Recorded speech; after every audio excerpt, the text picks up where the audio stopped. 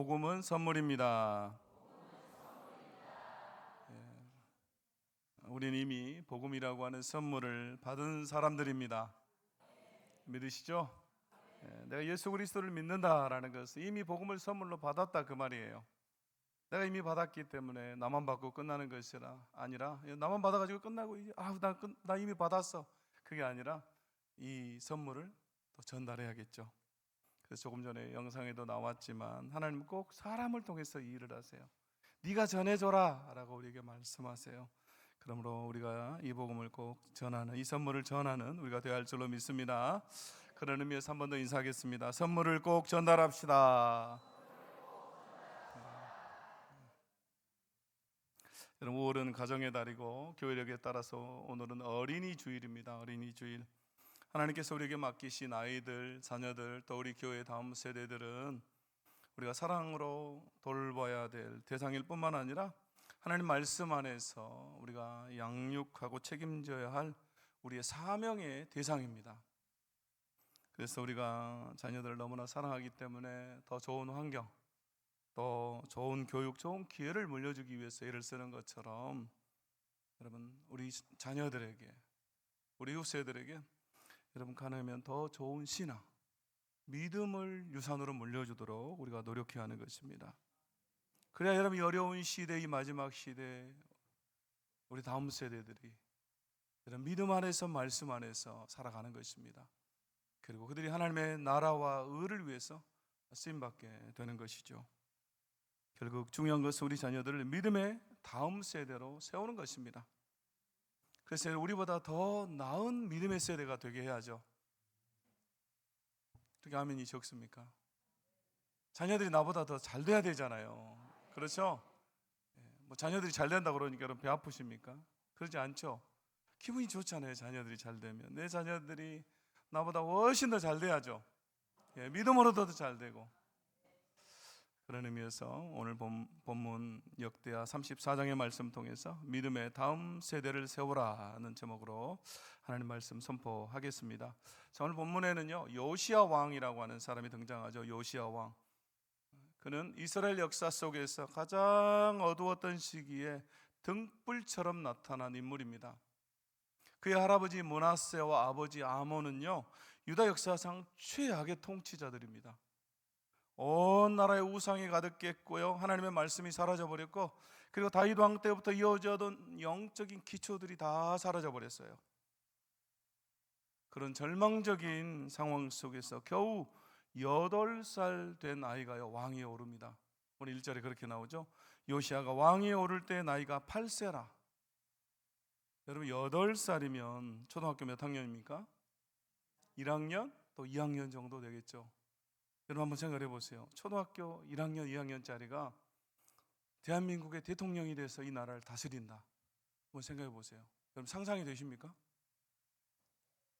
지금 대통령이 있잖아요. 근데 그분 내려가고 8살짜리가 왕을 한다고 생각해 보세요. 그의 아버지가 신하들의 반역으로 죽고 이 어린 요시야가 8살의 왕이 됐어요. 여러분 세상적인 눈으로 볼 때 요시야는 아무것도 할 수 없는 어린 아이에 불과합니다. 그러나 하나님이 어린 요시야를 통해 무너진 나라를 재건하고 영적 대각성을 일으키십니다. 그래서 성경은 그를 어떻게 평가하느냐? 열왕기하 23장 25절에 그렇게 나오죠. 요시야와 같이 마음을 다하며 뜻을 다하며 힘을 다하여 모세의 모든 율법을 따라 여호와께로 돌이키는 왕은 요시야 전에도 없었고 후에도 그와 같은 자가 없었더라. 그런 성경이 최고의 평가를 그에게 내리고 있습니다. 마음을 다하며 뜻을 다하며 힘을 다하여 하나님의 말씀 모세의 모든 율법을 따라서 하나님을 섬긴 왕이 요시야다. 그보다 뛰어난 왕은, 그처럼 하나님의 말씀을 따라서 섬긴 왕은 그 전에도 그 후에도 없었다라고 오늘 성경이 평가하고 있습니다. 그는 가장 어두운 시대의 불꽃처럼 여러분 타오른 것입니다. 그러므로 우리 자녀들도 또 우리 교회 100여 명의 이 주일학교 아이들도 다 요시야처럼 이 마지막 시대에 불꽃처럼 타오르도록 우리가 교회할 줄로 믿습니다. 왜 여러분 남의 아이들이라고 이렇게 하면 소리가 작습니까? 다 타올라야 할 줄로 믿습니다. 그래서 우리가 이 아이들을 믿음의 세대로 키워야 됩니다. 그럼 어떻게 우리가 믿음의 세대로 이들을 키울 것인가? 첫 번째, 우리가 함께 읽겠습니다. 시작. 어릴 때부터 하나님을 찾도록 가르쳐야 합니다. 아멘. 어려서부터, 어릴 때부터 하나님을 찾도록 그들을 가르쳐야 됩니다. 오늘 본문 3절에 보니까요, 요시야 왕에 대해 기록하면서 이렇게 기록합니다.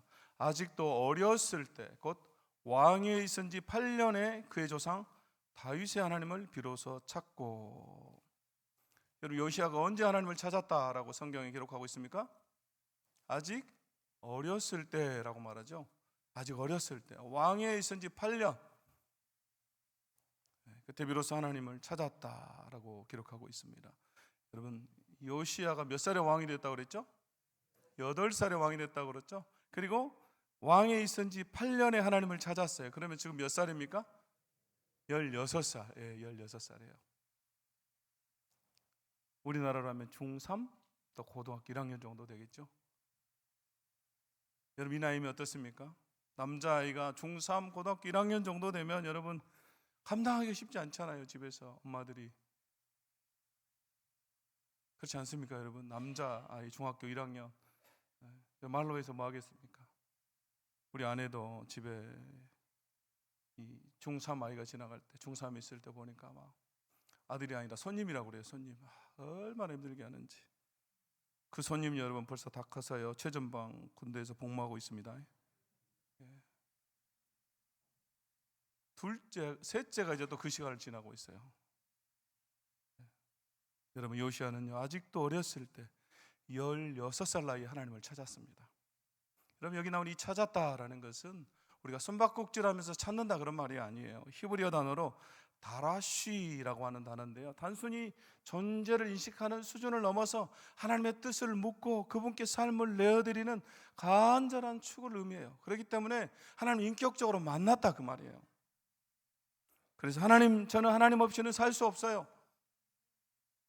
하나님 없으면 안 됩니다. 하나님 저에게 지혜를 주세요. 하나님 저를 도와주세요라고 하나님께 기도하고 하나님을 사랑하기 시작했다 그 말이에요. 그 하나님 인격적으로 만났다 그 말이죠. 16살에 그 어려서 하나님을 만났습니다. 여러분, 이게 참으로 중요해요. 미국 복음주의협회에서 한 설문을 했습니다. 미국에 있는 그리스도인들을 대상으로 질문을 했는데요, 한 가지 질문입니다. 당신은 몇 살 때 예수님을 영접했습니까? 라고 하는 질문을 했어요. 이 질문의 전체 응답자 63%가요 만 4세에서 14세에 예수님을 영접했다 이렇게 말했어요. 63%가 여러분 만 4세면 유치원에 들어갈 나이죠. 그리고 14세 중학생이죠. 중학생 나이. 그리고 그 다음으로 응답자의 34%가요 15세에서 29세 사이에 예수님을 영접했다 이렇게 내가 예수를 믿었다라고 응답했습니다. 그럼 평균으로 보면요 13세입니다. 13세. 거의 대부분의 그리스도인 여러분 합치면요 93%예요. 97%, 63%, 34%. 거의 대부분의 그리스도인들이요 어린아이 때, 청소년 때, 청년의 때 예수님을 만나요. 여러분, 이것이 미국의 통계이긴 하지만 거의 여러분 맞아요. 그럼 어른이 돼서 교회 나오는 분들은 뭐냐? 대부분 어렸을 때 교회 나온 적이 있는 분들이에요. 어려서 주일학교 다닌 적이 있던가, 아니면 최소한 청소년기에 미션 스쿨을 다녔던가, 아니면 대학생 때 선교단체에 조금이라도 있었던가, 뭔가 계기가 있는 거예요. 저 이번 주에도 이렇게 신방하면서 보니까요, 작년에 우리 교회 오셨는데 연사가 있는데 너무 열심히 나와요. 그래서 신방하면서 제가 물어봤어요. 어떻게 우리 교회 오게 됐습니까? 그랬더니 우리 교회 나오는 집사님 한 분이 몸이 불편한데 직장에서 늘 말씀을 듣는데요. 그래서 그 모습에 감동돼가지고 어디 교회 다니냐고 그래가지고 나도 그 교회 다니고 싶다. 그래서 우리 교회를 오게 됐어요. 그래서 제가 다시 물어봤어요. 그럼 전에 교회를 다닌 적이 있냐 물어봤더니 미션 스쿨을 다녔대요. 미션 스쿨 다닐 때 숙제가 뭐였냐면 교회 갔다 왔는지 확인하려고 교회 주보를 가져오라고 그랬대요. 교회 주보. 그래서 교회 나갔대요. 그러다가 한참을 쉬어서 교회를 안 다니다가 그 집사님 모습에 반해가 다시 교회를 나온 거예요. 어렸을 때 교회를 다닌 적이 있는 거죠. 이처럼 여러분 대부분 어려서 교회를 다닌 적이 있어요. 한 번도 복음을 들어보지 않은 분이 여러분 교회 나오기가 쉽지 않아요. 그만큼 어렸을 때 어린 시기, 주일학교 시기가 여러분 중요한 것입니다. 그래서 오늘 본문에서도 가장 중요하게 기록한 단어가 바로 이 어렸을 때라는 단어예요. 어렸을 때. 우리는 종종 그렇게 말해요. 아직 어리니까 나중에 믿어도 되지. 좀 크면 신앙생활하면 되지. 이렇게 말해요. 그러나 여러분 성경은 그렇게 말하지 않습니다. 어렸을 때 믿는 게 중요하다. 그렇게 우리에게 말해요. 여러분 자녀들 보잖아요. 다 크면 여러분 교회 나옵니까? 안 나오잖아요. 다 크면 자기 생각이 있어요. 아무리 권면해도 안 와요. 엄마 아빠 소원이도 한번 교회 와라. 그래도 안 와요. 그래서 여러분 어렸을 때부터 교회 떠나지 않도록 하나님 찾도록 가르쳐야 한다라는 것입니다. 여러분 어렸을 때 찰흙 놀이를 해본 적 있습니까? 찰흙? 안 해봤습니까? 찰흙 놀이? 찰흙 가지고 뭐 한 적 없습니까? 저 이렇게 방학 숙제 만들기 내라고 그러면 미술 숙제 제가 찰흙 거의 찰흙으로 만들어 가지고 토끼 만들고 그래가지고 막 냈던 적이 있습니다. 여러분 찰흙이 이렇게 말랑말랑할 때는 원하는 모양을 만들 수가 있어요. 동물 모양도 만들고 자동차도 만들고 또 잘못되면 또 그걸로 새로 이렇게 주물럭주물럭 해가지고 다시 고쳐서 만들고 그럴 수가 있어요. 그러나 그럼 찰흙이 딱딱해지면요 찰흙이 만들 수가 없어요. 잘 안 돼요. 마찬가지입니다. 아이들의 마음이 찰흙처럼 말랑말랑할 때 어렸을 때 하나님을 찾고 하나님의 말씀을 듣고 하나님을 예배하고 교회를 떠나지 않게 해야 돼요. 여러분 우리 인생에도 예수님을 인격적으로 만날 수 있는 골든 타임이 있는 거예요. 바로 이 어린아이의 시기가 예수 그리스도를 만나는 골든 타임과 같아요. 그런데 우리가 알아야 할 것은요 우리 자녀들이 자연스럽게 하나님을 찾게 되지 않는다라는 사실이에요. 아직 어리기 때문에. 그래서 누군가가 가르쳐야 됩니다. 또 누군가가 보여줘야 되고요 누군가가 이끌어줘야 돼요 이 아이들을. 그래서 잠언 22장 6절에서 이렇게 말씀합니다. 우리 함께 읽겠습니다. 시작. 마땅히 행할 길을 아이에게 가르치라. 그리하면 늙어도 그것을 떠나지 아니하리라. 아멘. 예, 여기 보면 마땅히 행할 길을 아이에게 가르치라요. 가르치라. 그냥 되지 않는데요. 가르쳐야 된대요. 자녀들에게. 여러분 책임이 누구에게 있습니까? 부모에게 있고요. 교회에게 있어요. 또 주일학교 선생님에게 있고요. 먼저 예수 믿는 우리에게 있는 거예요. 그래서 우리가 가르쳐야 돼요. 부모가 또 주일학교의 선생님이 가르쳐야 됩니다. 단순히 말로만 하는 것이 아니라 삶을 통해서 부모가 삶을 통해서 가르쳐야 된다라는 것입니다. 여러분 부모는 자녀의 거울이죠. 자녀는 부모를 보고 배우는 것입니다. 그러나 말이 아니라 그 삶을 보고 배우죠. 그래서 여러분 부모가 자녀에게 미치는 영향력은 절대적이에요. 그래서 여러분 로버트 풀검이라고 하는 분이 그런 말을 했다고 그랬죠. 자, 여러 번 얘기하고 있습니다. 우리 같이 한번 읽어보겠습니다. 시작. 아이들이 말을 안 듣는 것을 걱정하지 말고 아이들이 늘 당신을 지켜보고 있다는 사실을 걱정하라. 네. 우리가 뭘 걱정해야 돼요? 아이들이 지켜보고 내 삶을 보고 있다는 걸 걱정해야 돼요. 여러분 자녀는 부모가 말한 대로 살지 않고 부모가 사는 모습을 따라서 사는 거예요. 곧 부모의 모범을 따라서 사는 것입니다. 그래서 여러분 우리는 자녀의 신앙을 걱정해야 되지만 그것보다 먼저 내 신앙을 걱정해야 돼요. 부모인 내 신앙. 여러분 믿습니까? 부모인 내가 먼저 변화해야 되고 내가 먼저 새로워져야 돼요. 늘 내가 올바른 믿음에 서야 돼요. 부모들이 올바른 믿음에 서 있어야 그걸 보고 자녀들도 따라오는 것입니다. 여러분 우리는요 내가 가진 것만을 줄 수가 있습니다. 내가 없는 것을 여러분 줄 수는 없어요. 그렇죠? 내가 있는 것을 줘요. 여러분 사도행전 3장 6절에 보면요 베드로와 요한이 성전에 기도하러 올라가다가 성전 미문에서 구걸하는 나면서부터 한 번도 걸어본 적이 없는 안전뱅이에게 복음을 전하죠. 그때 뭐라고 말합니까? 베드로가 이르되 은과 금은 내게 없거니와 내게 있는 이것을 내게 주노니 나사렛 예수 그리스도 이름으로 일어나 걸으라 하고 나는 네가 구걸하는 네가 원하는 은과 금은 없다. 그러나 내게 있는 것은 한 가지 있는데 그게 예수 그리스도다. 내가 가지고 있는 건 예수 그리스도밖에 없다. 그렇기 때문에 이 예수 그리스도를 내가 너에게 준다. 예수 그리스도의 이름으로 일어나 걸으라 라고 말하고 있어요. 내가 가지고 있는 걸 주는 거예요. 그러므로 여러분, 부모인 내가 참된 믿음이 있어야 돼요.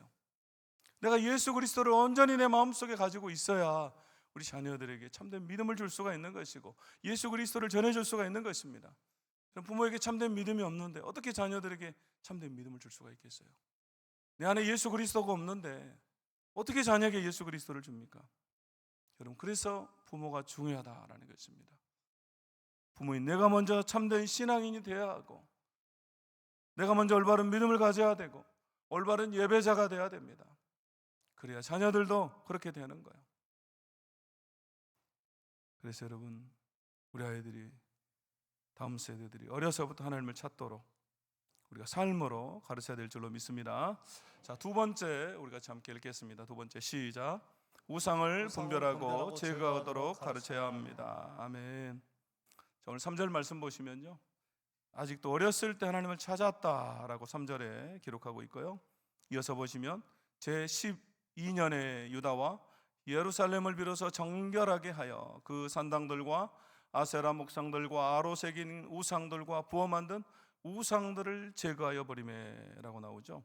제12년, 왕위에 있은 지 12년을 말합니다.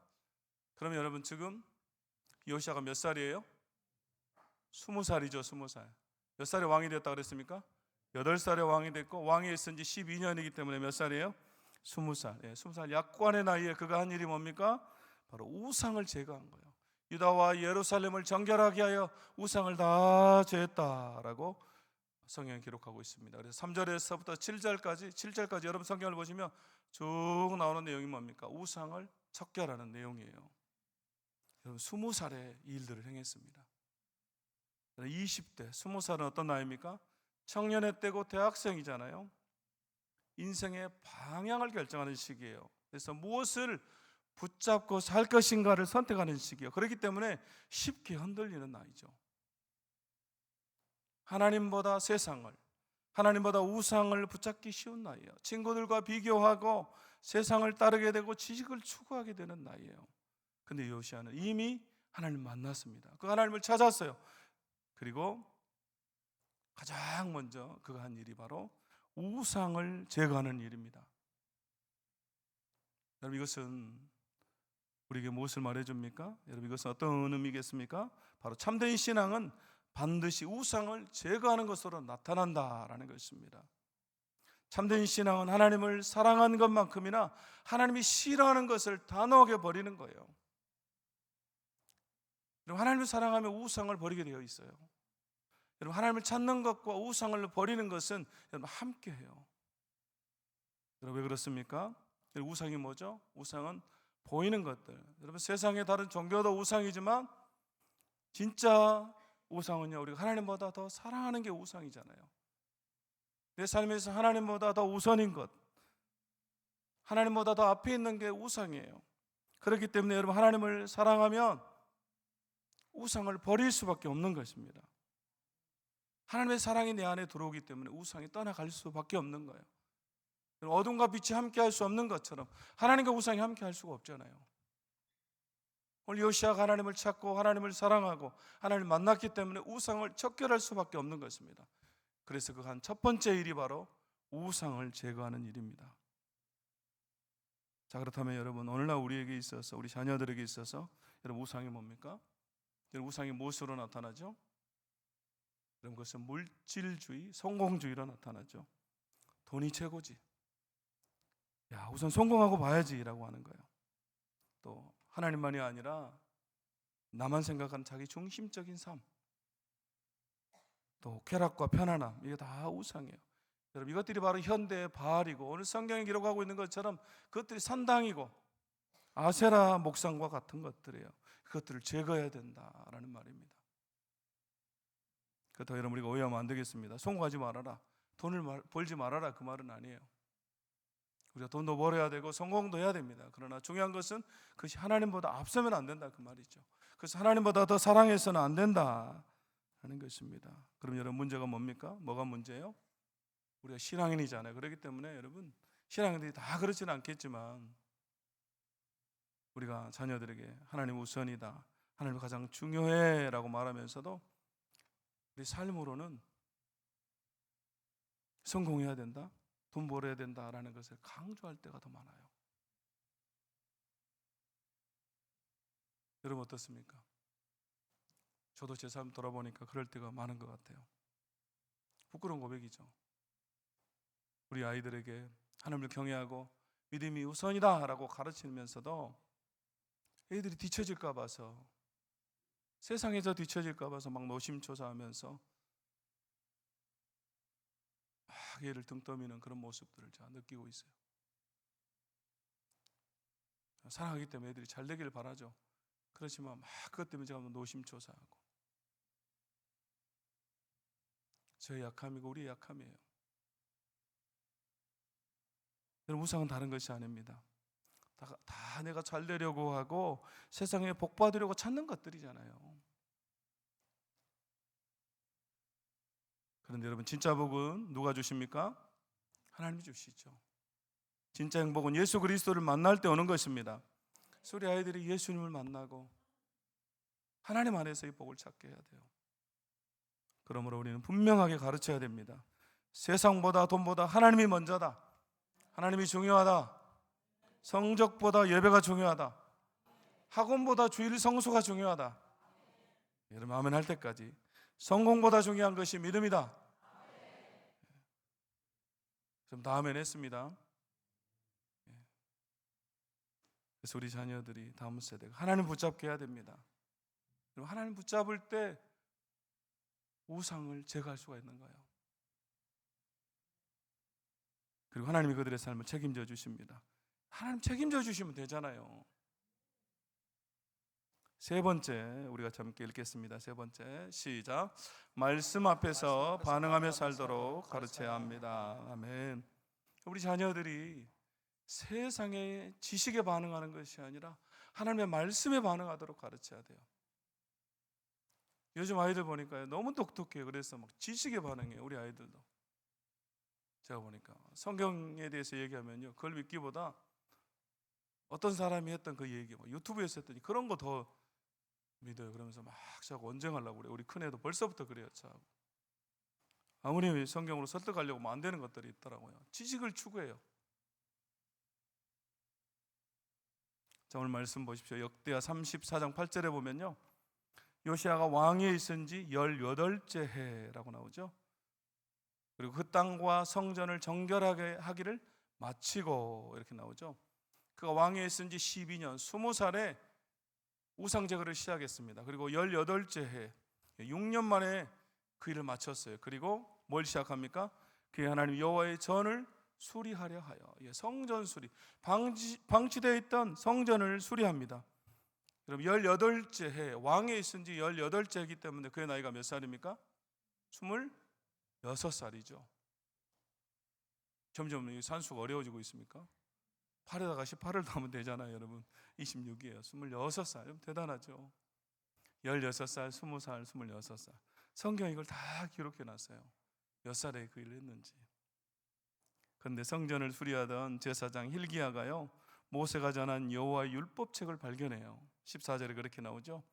우리가 여호와의 전에 헌금된 돈을 꺼낼 때 제사장 hil기야가 모세가 전한 여호와의 율법책을 발견하고, 그리고 15절에 보니까요, 왕의 서기관인 사반에게 그걸 건네줍니다. hil기야가 그 책을 사반에게 주매. 그리고 나서 서기관 사반이 제사장 hil기야가 나에게 책을 줬습니다 라고 하면서 왕 앞에 나가서 그걸 읽습니다. 우리가 함께 18, 19절 함께 읽겠습니다. 시작. 서기관 사반이 또 왕에게 아뢰어 이르되 제사장 hil기야가 내게 책을 주더이다 하고, 사반이 왕 앞에서 그것을 읽음에 왕이 율법의 말씀을 듣자 하고 자기 옷을 찢더라. 아멘. 여러분 여기서 중요한 게 두 가지가 나옵니다. 하나는 왕이 율법의 말씀을 들었다라는 거예요.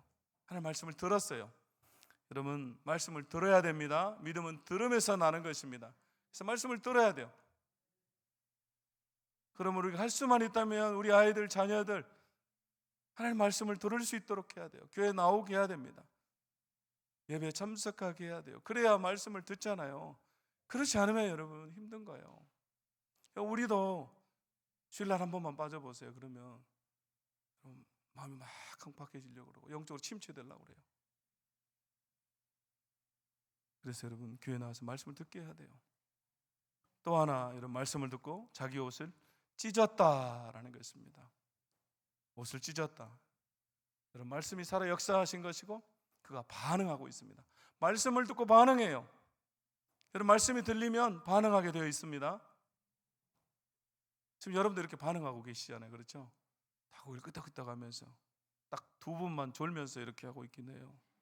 나머지는 다 말씀을 들으면서 네 목사님 맞아요. 그렇습니다. 왜 말씀을 들으면 반응이 옵니까? 하나님의 말씀이 살아있기 때문이죠.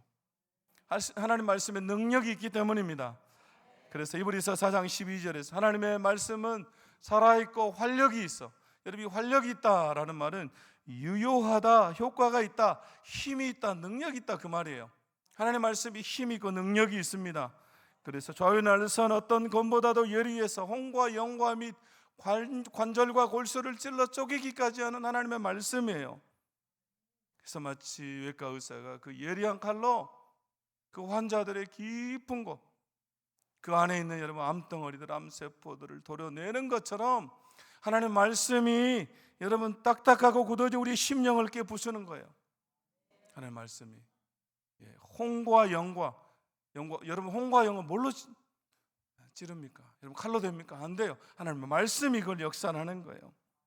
홍과 영과 및 관절과 골수를 찔러 쪼개기까지 하며 또 마음의 생각과 뜻을 판단하나니 하나님의 말씀이 살아있기 때문에 말씀이 능력이기 때문에 이렇게 역사하는 것입니다. 그래서 여러분 하나님의 말씀은요 단 한 절이라도 여러분 살아 역사하면 영혼이 변화되는 것이에요. 그래서 여러분 제가 아프가니스탄의 그 젊은 탈레반에 관한 말씀을 드린 적이 있습니다. 여러분 기억하시는 분도 있고 또 잊어버린 분도 있을 텐데요. 전 지금도 가끔 이 예화를 봐요.